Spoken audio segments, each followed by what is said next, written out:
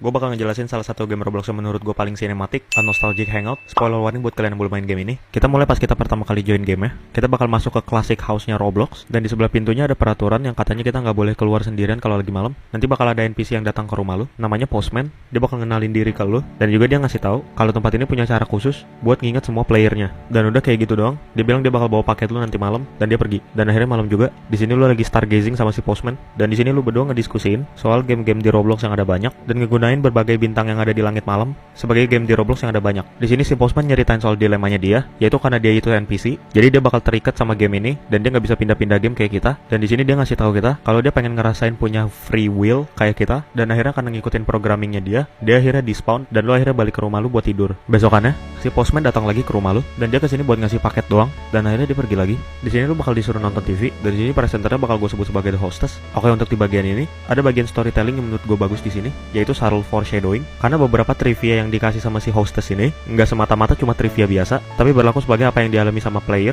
dan juga si Postman. Jadi si hostess ini bakal ngebahas soal predictability, stability, dan juga control. Nanti bagian ini bakal gue jelasin lagi lebih lanjut, tapi untuk sekarang anyway, karena ngantuk lu akhirnya ketiduran sambil nonton TV, tapi tiba-tiba ada suara yang ngebangunin lu, dan kertas yang ada di sebelah lu tiba-tiba jadi nge-glitch gini, dan di depan rumah lu bakal ada kayak semacam crater gitu, yang mana ini tuh adalah sebuah gerbang containment dari makhluk yang namanya Smile, dan dunia lu warnanya tiba-tiba jadi kedistorsi gitu, sebelum akhirnya lu ke disconnect dan layar lu jadi nge-glitch gini. Ya lu nggak beneran ke disconnect, ini bagian dari game ya, lu seolah-olah kayak ke rejoin gitu, dan di sini lu nge-cycle ulang kayak pas lu baru pertama kali main game ya. Si Postman ngenalin diri ke lu lagi, dan dia pergi lagi, tapi kali ini lu nggak stargazing sama dia, dan akhirnya lu nonton TV lagi, dan entah kebetulan apa, si hostess ini bakal ngebahas soal deja vu. Ya lu pada juga pasti udah ngerti ini maksudnya apaan. Lu pergi tidur dan lu dibangunin sama suara yang sama lagi, dan tiba-tiba di depan rumah lu ada kayak perumahan gitu, sebelum akhirnya ada ledakan di depan lu, dan ada makhluk yang muncul pakai kekuatan benang-benang gitu, dan pas lu deketin dia bakal nengok, sebelum akhirnya lu berusaha ngebangunin diri lu sendiri, dan akhirnya lu bangun. Cycle di hari kedua ngulang lagi, tapi kali ini si Postman nyadar ada yang aneh sama lu, jadi akhirnya dia mutusin buat nge-stay meskipun itu bertentangan sama programnya dia. Lalu sama si Postman akhirnya nonton TV, dan di sini si hostess TV-nya bakal ngebahas soal tumbuhan, yang mana tumbuhan itu nggak punya pilihan selain ngikutin genetik kodenya mereka, tumbuh, mekar, dan juga bakal layu. Dan si hostess ini tiba-tiba bilang kalau kita semua juga cuma ngikutin program doang, yang mana secara kita nggak sadar kita bakal lakuin terus setiap harinya. Dan tiba-tiba si hostessnya nyebut nama si Postman, dan terus dia ketawa, dan TV-nya jadi nge-glitch sebelum satu rumahnya ikut nge-glitch. Akhirnya lu berusaha matiin TV-nya, tapi si Postman ditarik sama si hostess, dan akhirnya satu rumahnya kena dampak glitch-nya sebelum akhirnya lu mukul TV-nya. Si Postman di sini kebingungan karena dia nggak tahu barusan itu apaan. Dari sini kita bisa nyimpulin kalau si hostess itu sendiri sebenarnya bukan bagian asli dari game-nya, melainkan ada yang nambahin dia ke game-nya. Si Postman di sini bilang kalau dia mau ngecek file game-nya, dan dia nyuruh kita nunggu di sini.